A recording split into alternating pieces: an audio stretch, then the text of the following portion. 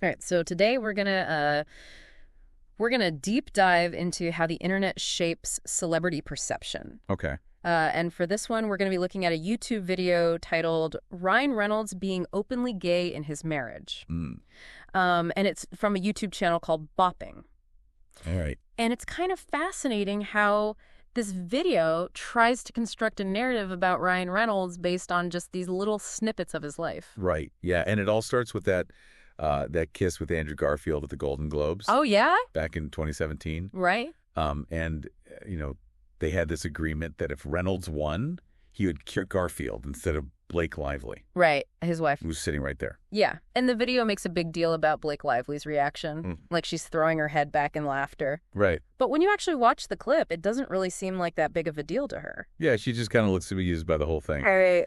And the video also skips over Garfield's own explanation, Right. where he said he just wanted Ryan to know that he loved him. It's a pretty harmless statement on its own. Yeah, but then the video tries to contrast that with Piers Morgan's reaction, who called the kiss weird. Right, for two straight men. Yeah, they're trying to make it seem controversial when it really wasn't. Exactly. And then it gets even weirder because it starts focusing on all of Ryan Reynolds' comments about the kiss after. Right.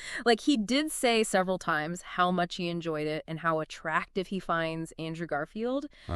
And that's when I started to get suspicious, where is this video going with this? Yeah, it seems like they're picking and choosing moments to fit a certain narrative. Yeah, exactly. And it just goes on and on with all these other times. Ryan Reynolds has kissed men on screen. Okay.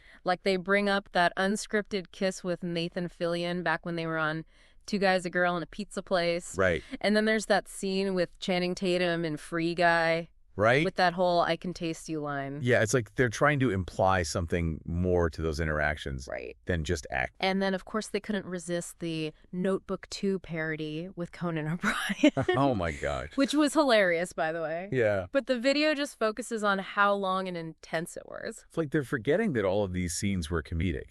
Yeah. Often played for laughs. And filmed in a very public context. Right. It's a huge stretch to assign any deeper meaning to them. Yeah. And it's like they're trying to say that anytime he kisses another man on screen, it means something about his personal life. Right. But he's an actor. Yeah, it's his job. Exactly. He's just doing his job, and the other actors are too. Uh-huh. And it's purely speculative to say that it means anything more than that. Right. And then the video switches gears and goes into this whole thing about Ryan Reynolds and Hugh Jackman and their bromance. Uh-huh. They're close friends, and they're known for being playful and physical with each other. Yes. But the video even brings up that Blake Lively supposedly calls Hugh Jackman Ryan's other wife. They're trying to make it seem like there's something romantic there. Mm. They even mention things like Hugh Jackman taking care of Ryan's kids. And that time Ryan joked about not being able to kiss Hugh anymore. Uh-huh.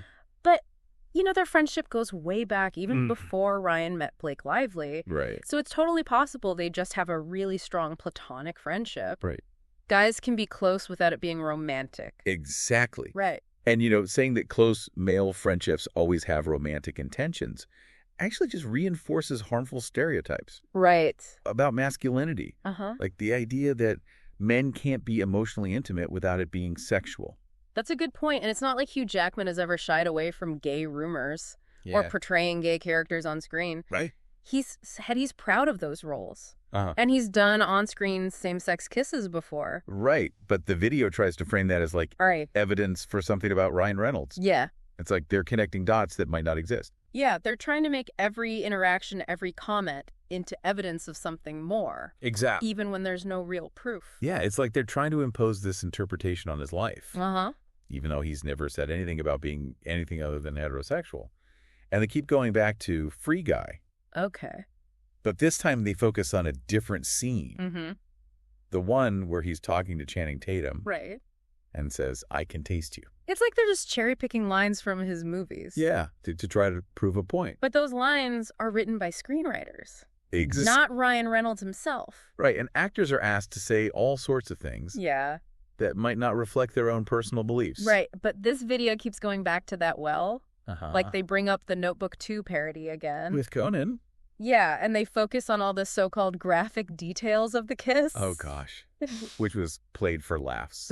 Completely. The whole point of that sketch was to be absurd. Yeah, it's like they're trying to say that Ryan Reynolds is actively seeking out these opportunities to kiss men Right. on screen. It's taking things out of context Completely. by projecting a narrative onto his actions. And then they bring up that time he kissed Henrik Lundqvist.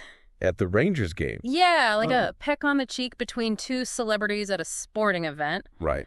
Somehow proves something about his sexuality. That's a reach. So the video ends by saying that Ryan Reynolds is openly exploring his sexuality, Okay. despite being married. But that conclusion is based on such a narrow view of his behavior. Right, and they're ignoring the fact that he's a happily married man who has never said anything publicly about being anything other than heterosexual. Exactly. They're reaching for evidence that isn't there. Right, and they rely so much on speculation and innuendo, like taking playful moments and twisting them into something they're not. And the creator also uses really leading language and suggestive editing. It's like they're trying to manipulate the viewer Exactly. into seeing what they want them to see. It shows how important it is to be critical of what you see online. Mm-hmm.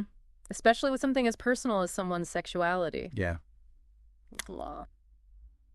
It's a good reminder to not take everything at face value. Absolutely. We need to be aware of how things can be edited and how the music can be used to create a certain mood. And the narration. Yeah, how narration can shape our perception of things. Yeah. You have to think about the source and their potential biases. It seems like the creator of this video had their mind made up before they even started making it. It's like they already decided what they wanted to believe. Yeah. And then just look for anything to support it. It brings up a lot of questions about the ethics of speculating about someone's personal life. Especially their sexuality. Based on public appearances and edited footage. We have to remember that celebrities deserve privacy. Right. Just like everyone else. And speculating about their sexuality just based on assumptions can be really harmful. It can reinforce stereotypes.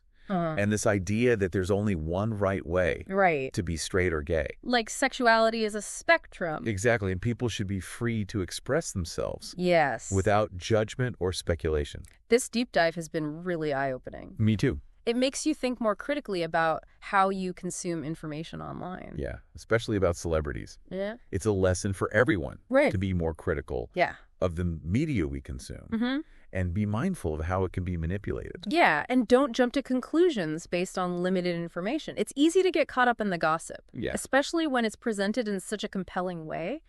But we have to remember that there's a real person behind these edited clips. It's easy to forget that celebrities are real people with real lives and feelings. Right. And we only see these like curated snippets of their lives.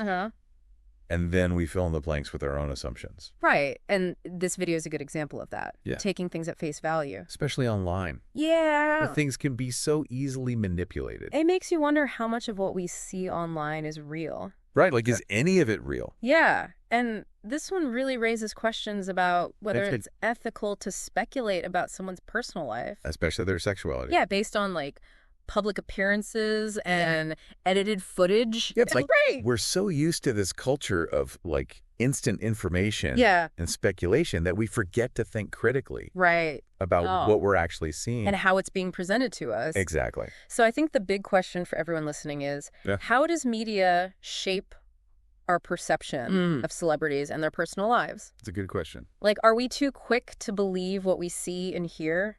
Especially if it confirms our own biases? Are we contributing to a culture that cares more about being shocking than telling the truth?